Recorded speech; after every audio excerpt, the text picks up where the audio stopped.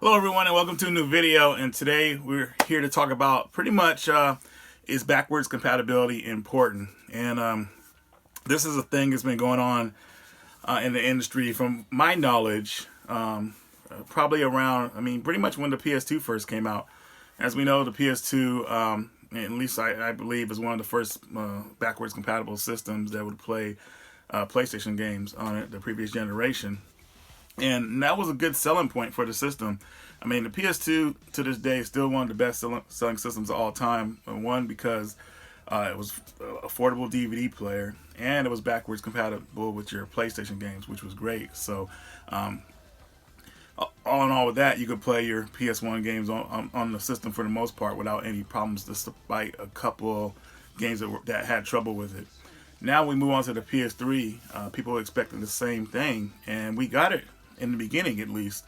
PS2 games, PS1 games, you could play them on the system, but the problem that eventually happened was that systems began to yellow light, and I'm not sure if it was more of a if it was because that they had the PS2 system pretty much built in the PS3. The PS3 is a complicated system. It was kind of all over the place. It's one of the craziest systems to this day. The way people will have to learn the program for that system. I could probably talk about that in another video, but if I talk about it now, it'll get all jumbled up. But they ended up trying to emulate backwards compatibility with the PS2 part, and then next thing you know, they just took it all out, and people were upset about that, and I can understand why. When you start a trend of something, you don't take a step back, you keep it going. And with the PS4, people wanted that system to be backwards compatible with PS1, PS2, PS3. I understand why Sony didn't do it. They wanted kind of like a fresh start. When the PS3 had came out, I think the what's his name, Ken Hisaraka, I can't remember his name. I'm sorry, but pretty much the father of the PlayStation. They asked him to step down because the systems he was helping create were kind of like just very complicated for people to develop for, and that's why you would see games like look better on 360, and then the PS3 version would be like meh or whatever. So it was like pretty crazy. But anyways, they got a new developer, engineer to help make the new systems, which is great. Now here's where backwards compatibility comes in. So the PS5 is coming out, and they've somewhat been mum on if it's backwards compatible with the PS1, PS2, and PS3, which I understand. If it is backwards compatible, hopefully, it will be. What was I going for? It'll be. Well, they got to do tests on it. They got to make sure they test games on it, make sure it works. Now, some people said they could emulate it and all that stuff, but emulation is crazy. It's a slippery slope, because if they use emulation, then they got to license those games to be run on their emulator. So that's why, yeah, it gets pretty crazy.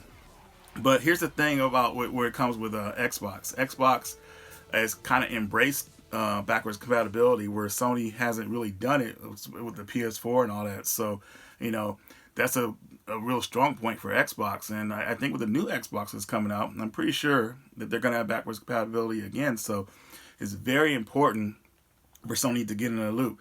So pretty much from how I'm talking, guys, yeah, backwards compatibility is very important. I didn't think it was at first, but then, I was like, yeah, I kind of like it, because, when you're playing your newer systems on modern televisions, it's just nice to be able to play your older games on that system as well. So hopefully Sony jumps on it, but even if they don't, it's going to be a huge thing for Microsoft, because they're going to obviously do backwards compatibility, and that'll be a big selling point for them. When E3 happened and PlayStation got their big boost and everything like that for the PS4 and the Xbox, kind of like everybody kind of laughed at them because of the TV thing, and like just how things were and everything. But like when it came to at least backwards compatibility, they embraced it, and that, like I said, that was one of their big strong points. And during their life cycle right now, at least. Hopefully PlayStation, like I said, jumps on the ball with it. This will be a big thing for them if they do it. I think if they have backwards compatibility with PS1, PS2, PS3, that'll be big. Seriously, they will be. There's hands down, they'll be the dominant main console next generation. But I'm not saying that they're going to be like the well. I always been more of a Sony guy because they more of the stuff they have appeals to me, but they're not strong enough to knock out the competition. You know, Xbox is not, Microsoft's not going anywhere, Nintendo's not going anywhere. So they're all, those three will always be in the mix, or at least from what I can tell. But hopefully, if this backwards compatibility thing happens, like I said, this will be a big thing for Sony. But Microsoft, I'm not really worried about because I think I already feel like they're going to have it. They pretty much embraced it, like I've been saying.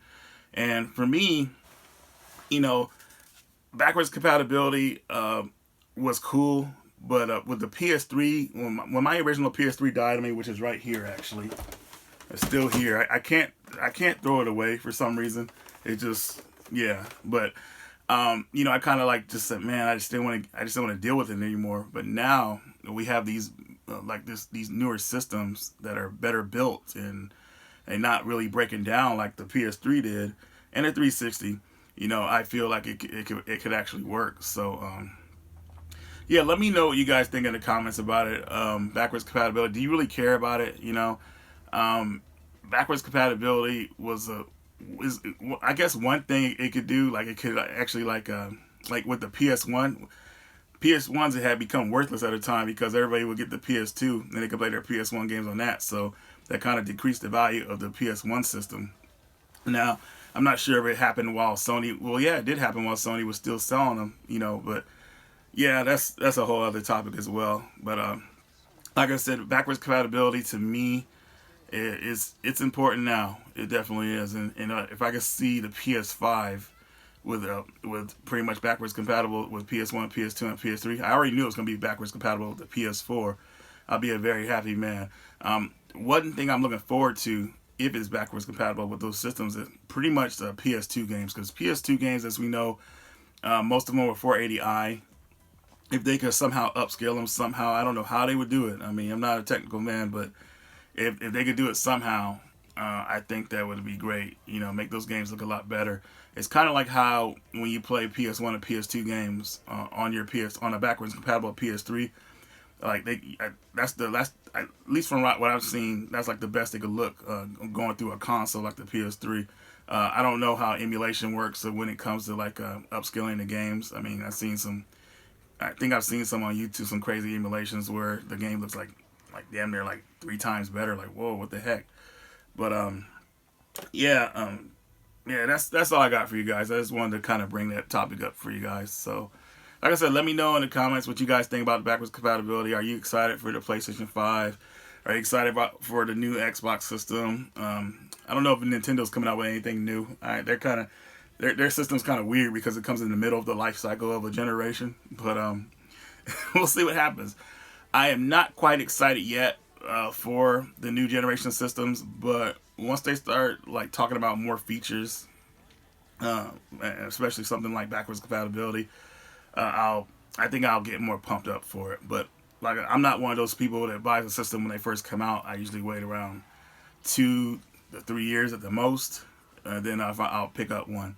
The reason for that is because I got to see how it is and see if it appeals to me with the games. I mean, a lot of people don't want to admit this, but when a system first comes out, the games are crap. I mean, they have these showcase titles that suck people in, but there's not really that many like games like that wow you.